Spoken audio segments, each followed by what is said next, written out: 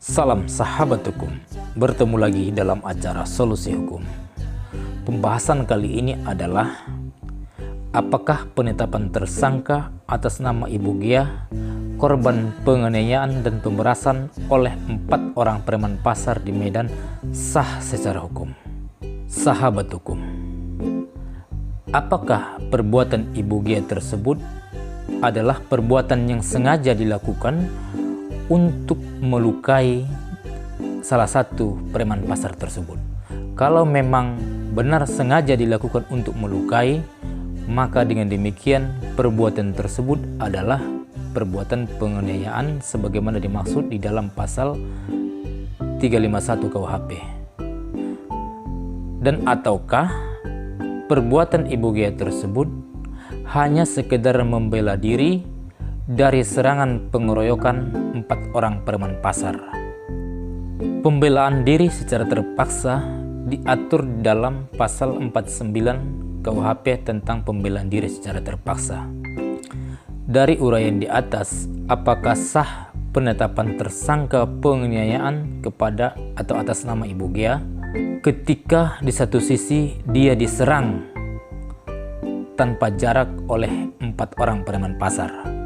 Sahabat hukum, untuk menentukan apakah perbuatan daripada Ibu Gia tersebut adalah perbuatan tindak pidana penganiayaan atau pembelaan diri, maka mari kita uraikan unsur-unsurnya.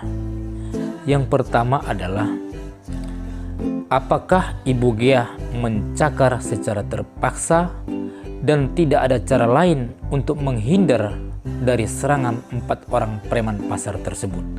Nah, kan begitu kira-kira. Berikutnya adalah apakah Ibu Gia dan 4 orang preman pasar tersebut ada jarak secara fisik? Pada pokoknya di sini adalah kira-kira bisa melarikan diri nggak daripada pengeroyokan itu. Yang ketiga adalah apakah tindakan Ibu Gia mencakar tersebut seimbang dengan tindakan pengeroyokan 4 orang preman pasar tersebut?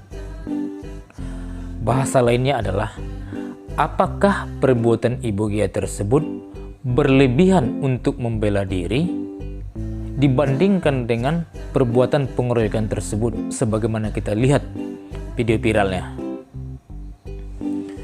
Yang keempat adalah apakah tindakan Ibu Gia tersebut dilakukan secara refleks dan seketika tanpa sempat memikirkan terlebih dahulu tindakan pencakaran tersebut. Berikutnya atau yang kelima adalah apakah ada jeda waktu antara mencakar dan pengeroyokan tersebut? Maksudnya apakah sudah selesai pengeroyokan tiba-tiba Ibu Gia-nya datang mencakar begitu? Nah, kalau seperti itu adalah tindak pidana. Tetapi kalau dalam masih proses pengeroyokan dia mencakar untuk proses pembelaan diri atau menghindar, maka itu masih perbuatan pembelaan. Sahabat hukum, tentu secara formal jawabannya ada kepada kepolisian. Kita tidak dapat atau tidak boleh mengintervensi penyidikan. Sahabat hukum, tetapi yang kita pikirkan adalah bagaimana nasib Ibu Gia ketika video pengeroyokan tersebut tidak viral? Sudah disiksa sama preman pasar, dipenjara pula oleh penegak hukum. Sahabat hukum, semoga penegak hukum patuh kepada aturan penegakan hukum bukan karena video viral, tetapi benar-benar tanggung jawab untuk melaksanakan penegakan hukum itu dengan benar. Jangan sedikit-sedikit timbul bahasa nanti dibuktikan saja di pengadilan. Jangan banyak ngomong. Bahasa tersebut adalah bahasa premanisme hukum. Sahabat hukum, harus diingat secara filosofi bahwa orang yang didakwa di pengadilan adalah orang yang benar-benar bersalah. Ini secara filosofi ya. Karena orang yang tidak bersalah tidak boleh didakwa atau dituntut di pengadilan. Ketika dakwaan tidak terbukti ataupun perbuatan tersebut terbukti tetapi bukan suatu perbuatan tidak pidana, maka JPU atau Jaksa Penuntut Umum dianggap telah melecehkan hukum dan melanggar HAM. Tentu ini secara filosofi ya, sahabat hukum.